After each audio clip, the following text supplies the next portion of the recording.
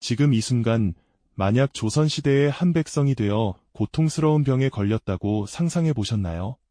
과연 그 시절엔 어떤 의술이 병든 이들을 기다리고 있었을까요? 혹 당신이 양반이라면 나름의 치료를 받을 수 있었겠지만 평범한 백성이었다면 이야기는 완전히 달라졌을 겁니다.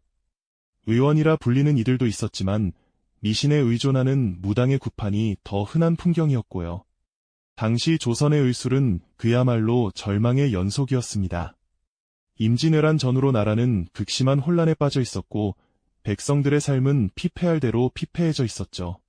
정치적 다툼과 경제적 어려움은 사람들의 몸과 마음을 병들게 했고 위생 환경은 최악이었습니다.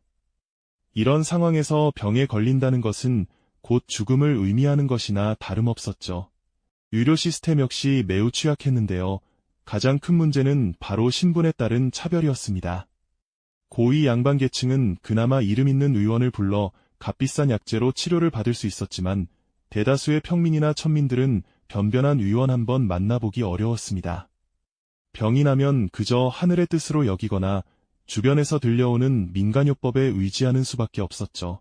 게다가 당시 의학은 대부분 중국에서 건너온 의서에만 의존하고 있었습니다. 중국의 의학 서적들이 물론 훌륭한 내용들을 담고 있었지만 문제는 조선의 풍토와 백성들의 체질, 그리고 한반도에서 나는 약재와는 맞지 않는 부분이 많았다는 점입니다. 의원들은 그저 오래된 중국 의서의 구절을 외우고 답습할 뿐 실제 환자들의 고통을 해결해줄 실질적인 방법을 찾지 못하고 있었던 겁니다. 이런 상황에서 전염병이라도 한번 돌면 마을 전체가 초토화되는 일은 다반사였습니다. 마땅한 치료법도 예방책도 없었으니 한번 발병하면 걷잡을 수 없이 퍼져나갔고 수많은 생명을 앗아갔습니다. 병마에 쓰러진 가족을 지켜보며 아무것도 할 수 없는 백성들의 절규는 온 산천에 메아리 쳤을 겁니다. 바로 이러한 절망적인 시대에 한 줄기 빛처럼 등장한 인물이 있었으니 그가 바로 허준입니다. 그는 당시 사회에서 매우 불리한 조건인 서울 신분으로 태어났습니다. 양반 아버지와 천민 어머니 사이에서 태어났기에 출세의 길은 거의 막혀 있었고 사회적으로도 많은 차별을 감수해야만 했죠. 명예로운 관직에 오르거나 학문으로 이름을 날리는 것은 그에게 허락된 길이 아니었습니다. 앞선 이야기에서 허준이 서얼이라는 한계를 넘어 위학에 대한 불타는 갈망을 품고 있었다는 것을 말씀드렸죠. 그에게는 세상의 고통을 치유하고 싶은 뜨거운 소망이 늘 마음속에 자리하고 있었습니다. 당시 신분 제도는 그에게 명예로운 길을 허락하지 않았지만 병든 이들을 돕고자 하는 그의 의지는 그 어떤 제도보다도 강했죠. 이러한 허준의 열정은 마침내 그를 운명적인 만남으로 이끌게 됩니다.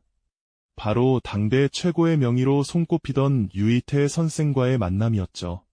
유이태 선생은 허준에게 단순한 의학 지식을 넘어 의원으로서 갖춰야 할 참된 인성과 지혜를 가르쳐준 스승이자 멘토였습니다. 유이태 선생은 허준에게 병의 원인을 파악하기 위해서는 환자의 몸뿐만 아니라 그가 살아가는 환경과 삶의 맥락까지 이해해야 한다고 강조했습니다. 그래서 허준은 책상머리에서 벗어나 직접 백성들의 삶 속으로 깊이 들어갔습니다.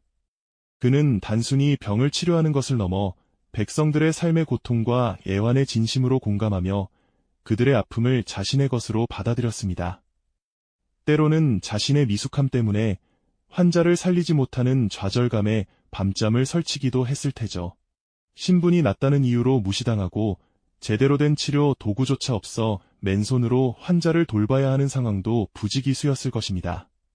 그는 스승의 엄격한 가르침과 백성들의 절박한 현실 속에서 의원으로서의 소명을 깨달아갔습니다. 병든 자를 치료하는 것이 단순한 기술이 아니라 한 생명을 존중하고 삶의 존엄을 지키는 숭고한 행위임을 온몸으로 체득했던 것이죠. 그의 성장은 단순히 지식을 쌓는 것에 그치지 않았습니다. 이러한 고뇌와 인고의 시간들이 훗날 그가 조선의학의 패러다임을 바꿀 위대한 업적을 이루는데 결정적인 밑거름이 되었을 겁니다.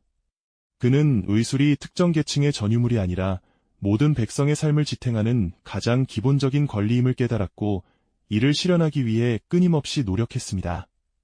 그의 가슴 속에는 오직 병든 백성들을 구원하겠다는 뜨거운 결의만이 가득했습니다. 백성을 향한 허준의 뜨거운 결의와 그가 쌓아올린 남다른 의술은 머지않아 조정에까지 알려지게 되었답니다. 그의 명성은 깊은 산골의 작은 마을을 넘어 왕실의 귀에까지 닿았고 마침내 그는 궁중의원으로 발탁되는 영광을 안게 됩니다. 이는 단순히 한 의원의 출세가 아니었습니다. 신분과 관계없이 오직 실력과 인품으로 인정받는 그의 비범함을 증명하는 순간이었죠. 어느 날 선조 임금께서는 허준을 어전으로 불러 매우 중대한 명을 내리십니다.